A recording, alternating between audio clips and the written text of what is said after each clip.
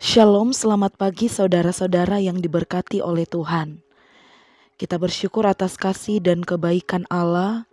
Kita semua diperkenankan untuk menikmati persekutuan saat ini.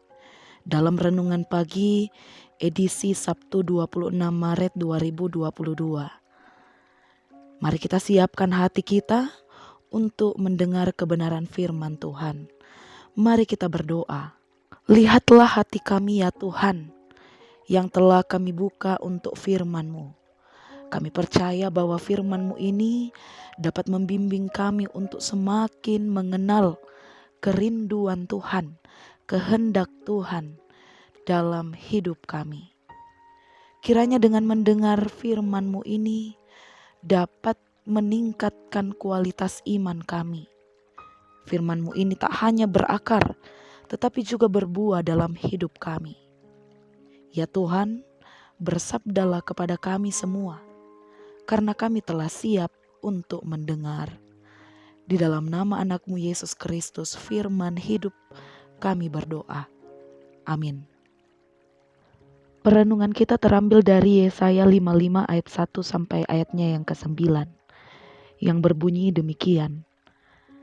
Ayo, hai semua orang yang haus, marilah dan minumlah air. Dan hai orang yang tidak mempunyai uang, marilah, terimalah gandum tanpa uang pembeli dan makanlah, juga anggur dan susu tanpa bayaran. Mengapakah kamu belanjakan uang untuk sesuatu yang bukan roti, dan upah jeripayamu untuk sesuatu yang tidak mengenyangkan? Dengarkanlah aku, maka kamu akan memakan yang baik, dan kamu akan menikmati sajian yang paling lezat. Sendengkanlah telingamu dan datanglah kepadaku. Dengarkanlah maka kamu akan hidup. Aku hendak mengikat perjanjian abadi dengan kamu, menurut kasih setia yang teguh yang kujanjikan kepada Daud. Sesungguhnya aku telah menetapkan dia menjadi saksi bagi bangsa-bangsa, menjadi seorang raja dan pemerintah bagi suku-suku bangsa. Sesungguhnya engkau akan memanggil bangsa yang tidak kau kenal, dan bangsa yang tidak mengenal engkau akan berlari kepadamu. Oleh karena Tuhan Allahmu dan karena yang Maha Kudus Allah Israel yang mengagungkan engkau. Carilah Tuhan selama ia berkenan ditemui. Berserulah kepadanya selama ia dekat. Baiklah orang fasik meninggalkan jalannya dan orang jahat meninggalkan rancangannya. Baiklah ia kembali kepada Tuhan, maka dia akan mengasihaninya, dan kepada Allah kita, sebab ia memberi pengampunan dengan limpahnya. Sebab rancanganku bukanlah rancanganmu, dan jalanmu bukanlah jalanku. Demikianlah firman Tuhan. Seperti tingginya langit dari bumi, demikianlah tingginya jalanku dari jalanmu, dan rancanganku dari rancanganmu. Demikianlah pembacaan firman Tuhan. Bapak, Ibu, Saudara-saudara, bagaimana reaksi kita jika kita berbicara kepada seseorang, kemudian orang tersebut tidak merespon kita dengan baik? Kita berbicara kepada orang tersebut, lalu orang itu pura-pura tidak mendengar perkataan kita.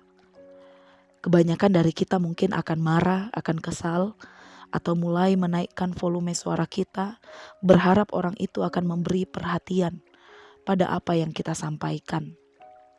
Demikianlah yang dilakukan oleh Tuhan kepada bangsa Israel, sebab bangsa Israel mulai tidak menaruh perhatian pada suara Tuhan.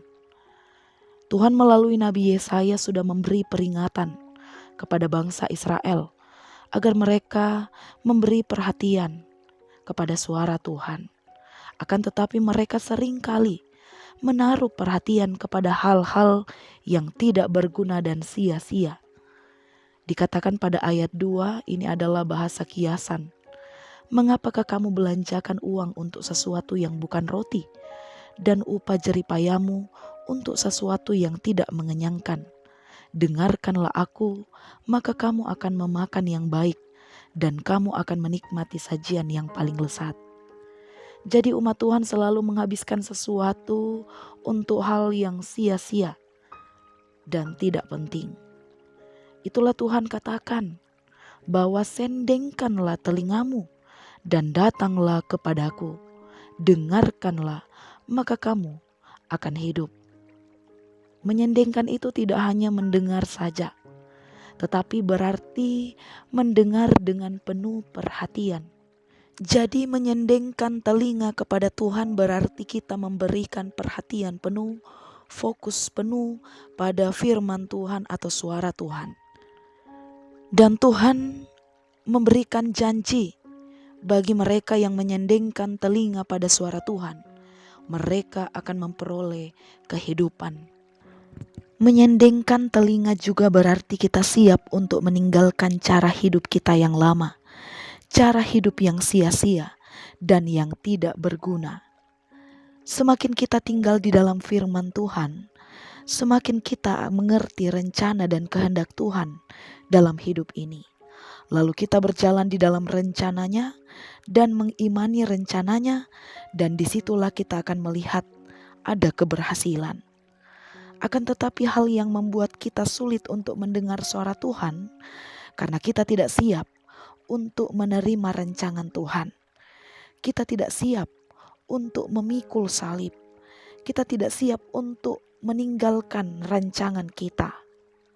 Itulah Tuhan mengatakan ayat 8, sebab rancanganku bukanlah rancanganmu dan jalanmu bukanlah jalanku.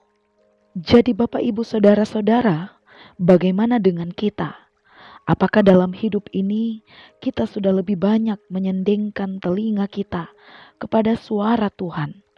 Atau kita lebih banyak memberi perhatian kepada pikiran kita sendiri? Mari kita belajar untuk lebih banyak menyendengkan telinga kita kepada suara Tuhan, untuk memberi perhatian penuh kepada suara Tuhan, agar kita diberi hikmat untuk memandang kehidupan ini dalam perspektif Allah.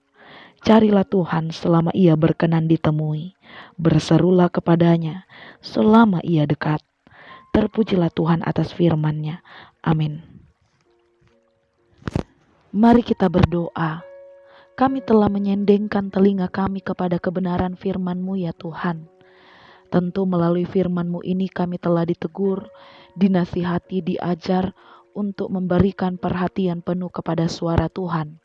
Dengan begitu kami akan semakin bijak dalam hidup ini dan terhindar dari pikiran yang sia-sia. Ya Tuhan, saat ini, di pagi hari ini kami menyerahkan kehidupan kami, pekerjaan kami, pergumulan kami yang akan kami hadapi hari ini. Kami serahkan ke dalam tuntunan kasih Tuhan. Kiranya dengan penuh kasih Tuhan akan memberikan kami kemampuan, kesanggupan untuk menjalani hari ini dengan penuh semangat. Kami juga membawa kepadamu ya Tuhan, bagi kami yang akan bekerja di dalam rumah atau juga yang bekerja di luar rumah. Tuhan yang akan menjaga keluar masuk kami. Jauhkan kami dari mara bahaya, jaga dan lindungilah kami ya Tuhan. Bagi setiap anak-anak yang belajar di rumah, yang belajar di sekolah, berkati mereka ya Tuhan. Beri kesehatan dan beri kemampuan untuk menyerap ilmu yang diterima dari tenaga pendidik. Apapun itu ya Tuhan yang mereka terima tidak sia-sia, tetapi akan berguna bagi masa depan mereka. Ya Tuhan, kami juga bersatu hati mendoakan saudara-saudara kami yang lemah karena sakit penyakit, yang sungguh merindukan pemulihan.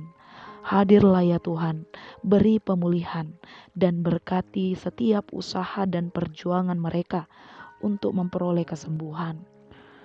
Kami juga bersyukur ya Tuhan bersama saudara kami yang mengalami sukacita iman karena pertambahan usia, kesuksesan dalam pendidikan ataupun keberhasilan lainnya. Ya Tuhan, sempurnakanlah sukacita mereka ya Tuhan dengan kasih-Mu, agar mereka dapat belajar untuk terus bersyukur dalam hidup, meyakini bahwa kesuksesan adalah berkat dari Tuhan. Ya Tuhan, inilah doa kami, seruan kami, isi hati kami, yang kami bawa hanya melalui Putra-Mu Yesus Kristus, Tuhan dan Juru Selamat kami yang hidup. Amin.